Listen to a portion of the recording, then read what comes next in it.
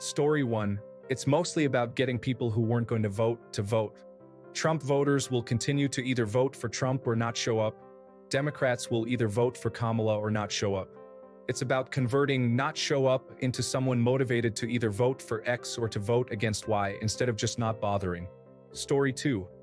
As someone in Ohio wondering where all the cats, dogs, and gerbils went, I now have a much clearer picture of the world. Has anyone seen a gerbil that looks like a tiny cow? Story 3. I can say that my mother and one of my sisters were not planning on voting at all this election, but I've learned that both of them became Kamala curious when Biden dropped out, and I think this debate might sway former non-voters like them. So that's something. Story 4. The debate was never going to change the minds of Trump or Kamala voters. However, Trump did so badly that even Lindsey Graham, his spin room surrogate, said that Trump's debate preparation team should all be fired. There are some Trump supporters who might stay home rather than vote for a loser. On the flip side, Trump didn't take the opportunity to drive wedges into Kamala's coalition. Nothing at all about pro-Palestine protesters. Nothing about progressive versus moderate Democrats. And a ridiculous assertion that Biden hated her. Her base is solid. The bigger deal is the Taylor Swift endorsement. It's silly, but the margins might be under 20,000 in key states. A bunch of 18 to 30 women who don't care much about politics suddenly are being urged to care. And not by their stodgy history teacher or their fun aunt, but by a pop star. 20,000 Swifties in Pennsylvania is a very low number to have to motivate. Story 5. I love that she marched up to him and demanded a handshake. Totally knocked him off his game. He will be tweeting screaming that she is a demon, but it definitely sealed my vote for her. Story 6. My dad is a conservative who voted for Trump at least once. He says he doesn't think he can get there to vote for Kamala, but thinks Trump lost the debate and thinks Kamala is a nice lady. So maybe he won't vote. Story 7. I have never voted before at 18, and my mom probably won't. My grandparents are definitely voting for Trump. This just solidified to me that I have to go vote, even if it does not do anything. Story 8. Yes. As a Republican, I am sad to see that our candidate is a felon and rapist who is motivated by power versus solving problems for America. I have no choice but to vote for Harris in November. While she is not perfect, she is far better than the candidate my party has selected. Story 9. I was a Republican most of my life. My first vote was for George W. Bush.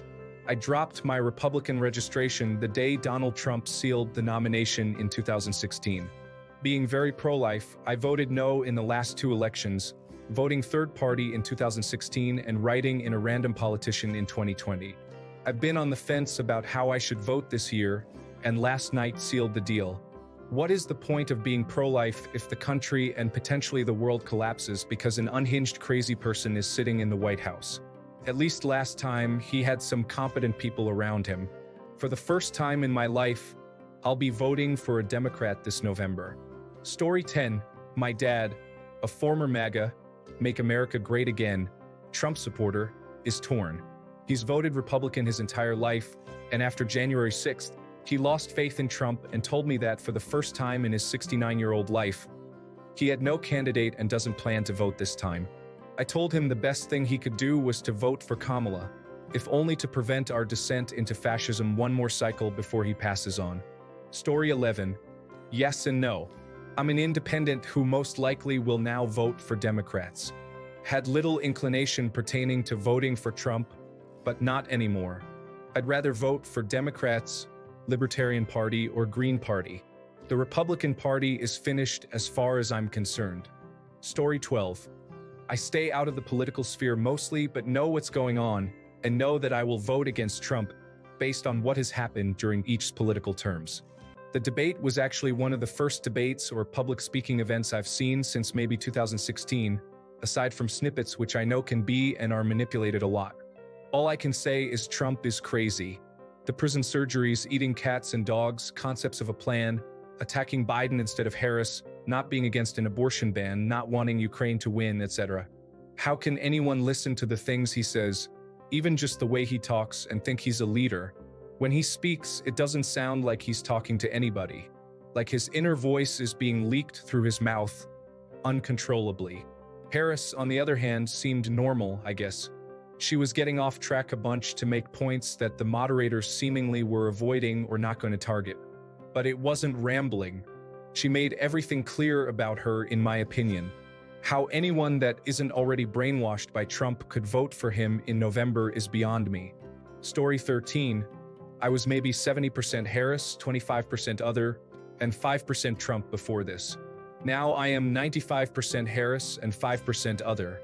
That orange buffoon doesn't belong anywhere with power. Story 14. A former coworker said she changed her stance from Trump to Harris tonight. She is infertile and got very upset by his comments. Can happen, but it's going to be few and far between. The Trump people are real quiet out here tonight. On virtually every public platform too. Usually, the crazies I went to high school with will be on some nonsense, but tonight, nada.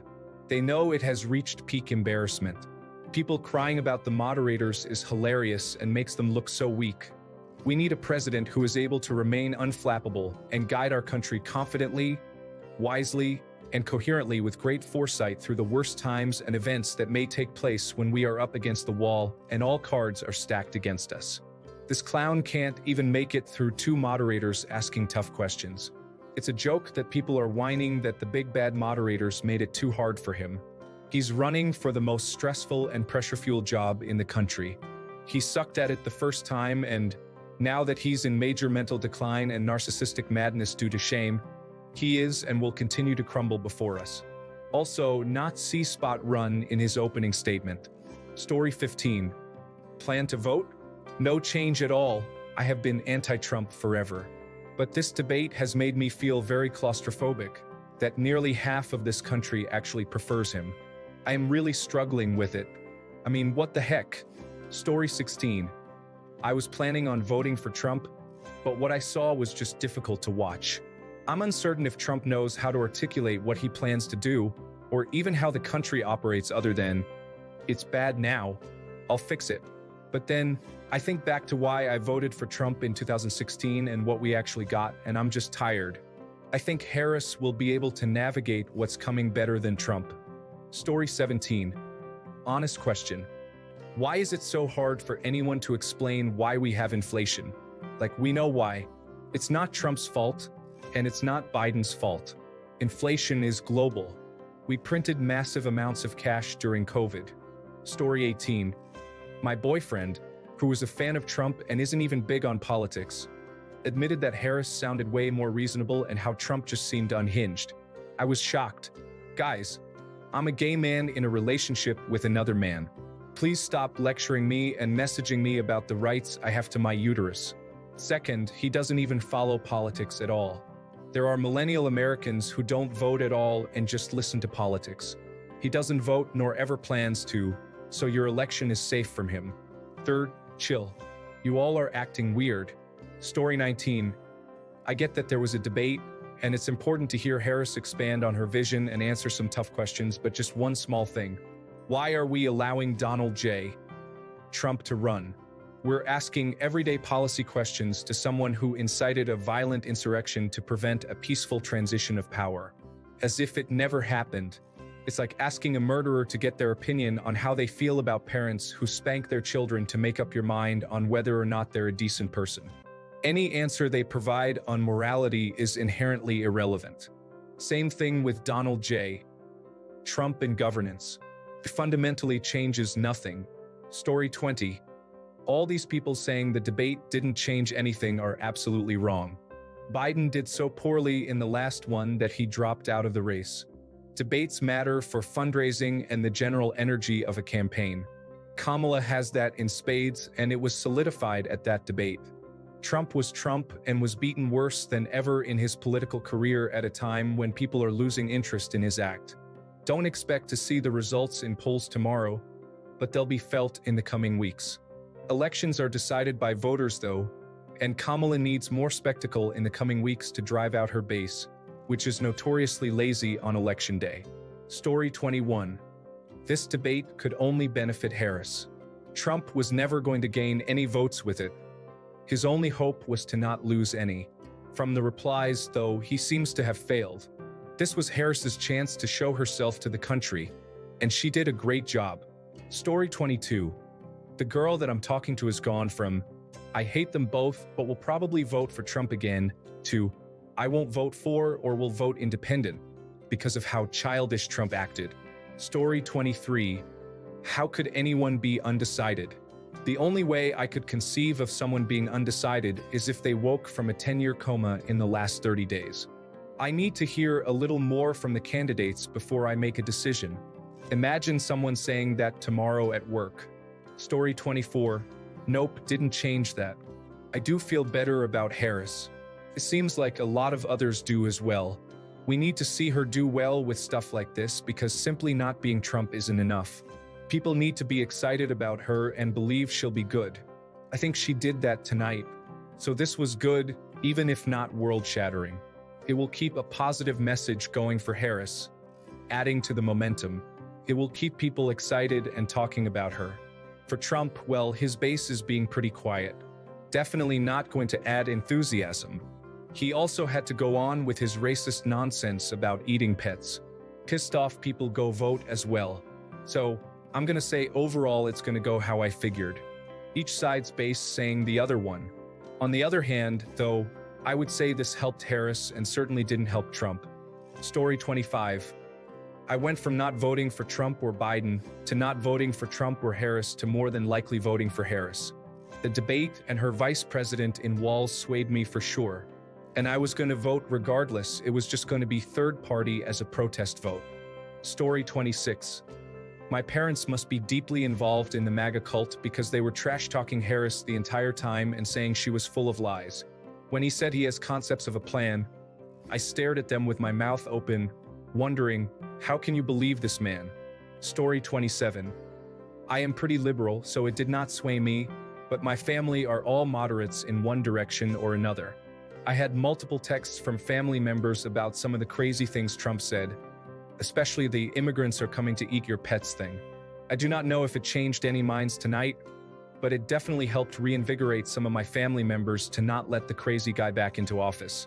Story 28. I was planning on writing in for my mother due to my complete and total frustration with both political parties and their manipulation and drama. But after the eating dogs nonsense, I am now planning on voting for a woman who I relate to solely because we share an affinity for the same high-end French cookware. The absolute horror I am feeling over the Republican Party running a candidate that is telling such obnoxious lies and so many people either not caring or blindly believing those lies. What I am mostly confused about is whether the illegal immigrant prisoners being forced to have sex change operations in prison are being operated on by actual surgeons or by fellow inmates, and whether they are treated to a bowl of cat meat during post-op.